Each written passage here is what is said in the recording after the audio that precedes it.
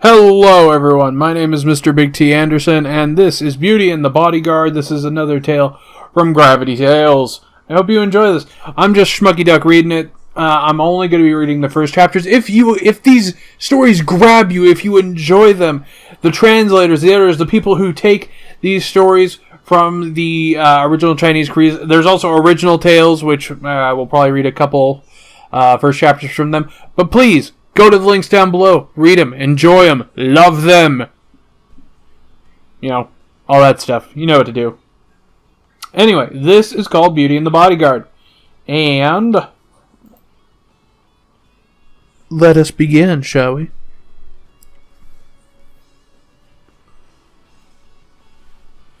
Your earnings for the Africa mission. Old Lin pulled out a package, neatly wrapped in old, worn cloth, his hands delicate as he handled the item. With care, he produced 2 crumpled pieces of 100 RMB notes and handed them to a boy staring at him. Lin Yi didn't understand. It was a high-stakes mission he just completed, and a very demanding one as well. He had to deal with highly formidable enemies. His client's profits were rich, bountiful. How did it make sense for him to be paid this little? Where the hell did the old shit get this extreme mission from? It's pretty much had to be a 10% survival rate, and the rewards always range from only 50 to a few hundred kwai. And that'd actually be a good pay for him. Sometimes the payment was so disgustingly low, it didn't even reach the 2-digit mark. He'd always feel like crying inside whenever he thought about that, but he always wanted to curse the old man's mom as he handed him the 200 kwai he had risked his life for. But Lin Yi didn't have a mom. He was an orphan. Motherless since a young, tender age. But old Lin had taught him kung fu and also homeschooled him for 15 years. He was educated, proficient in both academics and martial arts. Put him in ancient times to be nothing less than a high official. But here he was, spending his days like he was some mere servant. What the hell? He'd heard that even construction workers could earn up to a couple tens of thousands a year. Lin Yi's days of extremities yield him no more than 2,000 annually. Old man, you're joking, right? 200. Are you pocketing my rewards or something? It wasn't the first time Lin Yi's had suspicions, but the guy's life wasn't different from his at all. He wore the same kind of clothes, ate the same kind of food. He didn't seem rich one bit. Be glad you have money to complain about. Think making money so easy, do you? Old Lin said gruffly with a roll of his eyes. Don't want it? Give it back. It's been a while since I ate at Widow Wang's.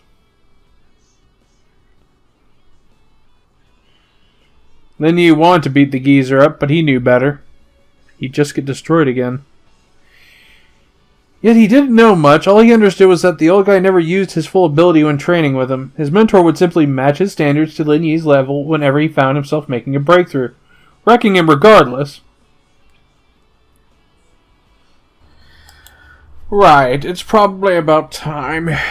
You've trained enough these past years. You're ready for the big one, I think. Old Lin's head was lowered in a pit. He was crushing beans and focused on preparing the meal. Do this one mission well, and you're set for life. Seriously? Lin Yi had been told ever since Old Lin picked him up during a scavenging session that the studies and training of kung fu, medicine, and knowledge of the outside world were for something big at the end. Yet he couldn't help but doubt the words. Was the reward really so great that he needn't work for the rest of his life? When have I ever lied to you? Old Lin barked as he tossed more beans into the pit. You going or not? Maybe I should get someone else. No, I'll do it. Of course I will do it. What kind of idiot would miss out on something like this? A mission for a lifetime of comfort? He had no problems risking his life for this one. Alright. Go then. Go to Songshan, where there's this company called Pengzhan Industries. Look for a Chu Pengzhan. He'll tell you the rest. A mischievous smile crept across his lips, barely noticeable. But you'd better consider this one carefully. You can't back out once you've accepted it. Why? They're not letting me back out even when it gets dangerous? Lin Yi wasn't one of those stubborn hero wannabe types. He'd never do something that just lead to him dying. Ah, my little Yi. I've raised you for 15 years, fed you food, gave you water. Even bought you a laptop, a 3G internet card. The old man nagged as his eyes rolled again. Stop spitting so many questions at me when I told you to do something so simple, and don't you force me, you little shit. Fuck! Lin Yi wasn't pleased with what this old shit decided to throw at him. Yeah, you're right, you raised me. For the first 3 years, starting from 6, I made the meals, I prepared the firewood, I weaved straw sandals to make money to be used on you. Don't you force me. Ah, yes, I know what you've been doing at night with your hand on laptop. Yes, that's right. You thought I didn't notice? You forced this on yourself. Also, you even... Okay. Yeah, I'll go through with the mission till the end. Got it. Okay. His face was red with embarrassment. He wasn't expecting the old man to have noticed that. He'd been extra careful with his nighttime activities, after all. Let this man go on. He pulled off some very inappropriate scenes. And so Lin Yi put on his luggage pack and got on a train north. A quick couple of 10,000 miles later, he reached the modern, internationalized metropolis, Songshan. Lin Yi decided on the train that he'd be more careful of his surroundings when doing his business at night. From now on, he'd also have to increase the security of his porn, too. Maybe hide them deeper in some folders. He had a genuine excitement for his current mission despite it all. It was something that he'd been dreaming of, a mission with ample enough rewards for him to retire early. He could tell from the way Old Lin spoke that this was a hard assignment, but didn't bother him in the slightest. The challenge of a hard mission produced thrill, after all. A sudden pop sounded from a freckled guy sitting across Lin Yi. He had just popped a can of Coke open and wasted no time in putting the drink to his mouth. He threw the pull tab at the ground with a soft toss. Some guy with a crew cut put on a nonchalant face as he picked the tab up, raising his hand for a better look at it. He yelled out abruptly after turning it around a couple times. Whoa! Whoa! Whoa! Whoa! First prize! Crew cut guy wasn't able to overwhelm the noise on the train, but his voice was loud enough for the people nearby to hear. They turned to look at him, including the freckled man sitting right next to him. The man panicked, his face twisting upon seeing the tab and realizing it was the one he just threw away. Give it back! It's mine! Yours? What? I don't see your name here. The man yelled back, his grip tightening on the tab as he glared. So your name's First Prize? Huh?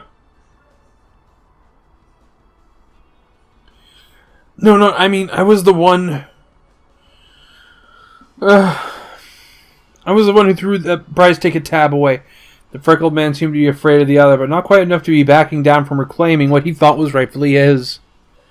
The crew cut guy only snorted. You said it yourself. You threw it away, didn't you? So since it's not yours anymore, anyone who picks it up gets to keep it.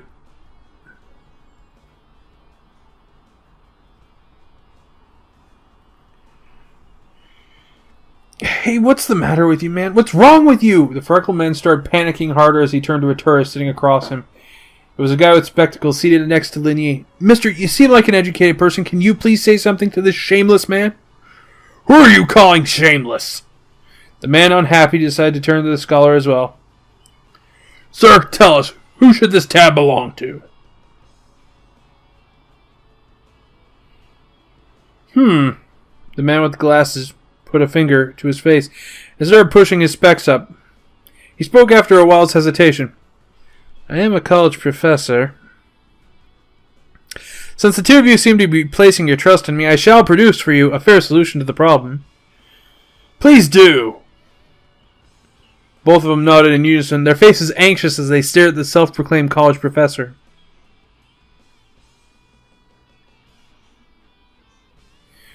Logically speaking, the tab came from the soda can of this man here, so naturally it should belong to him.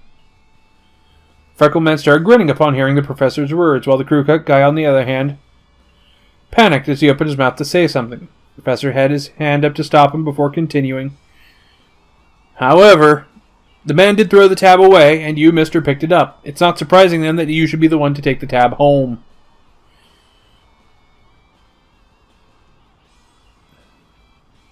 But, sir, you said yourself the tab is mine, the freckled man said. How about this? Why don't the two of you split the prize money? It should be plenty fair if the two of you share it. Sharing it. The crew cut guy hesitated for a while. Fine, I can do that. The man probably recognized the flaw in the logic. The freckled man, on the other hand, understood that the tab, at the end of the day, was in the other guy's palm. If he went against the idea crew cut guy agreed to, he might never get it back, and he'd rather get half a prize than nothing at all. Fine, we'll split it.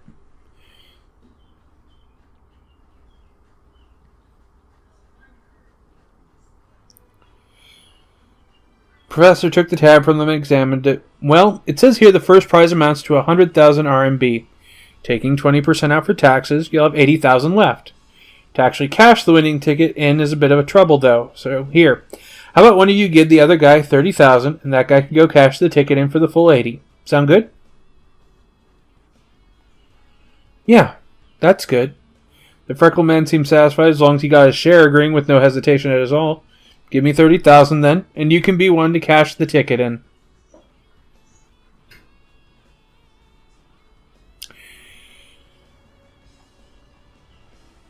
And that was Beauty and the Bodyguard. So, why is this tab important? Where are these people going, and what is this mission? I wonder. Anyway, I hope you enjoyed. Please read it if you liked it, and once again, ta-ta for now.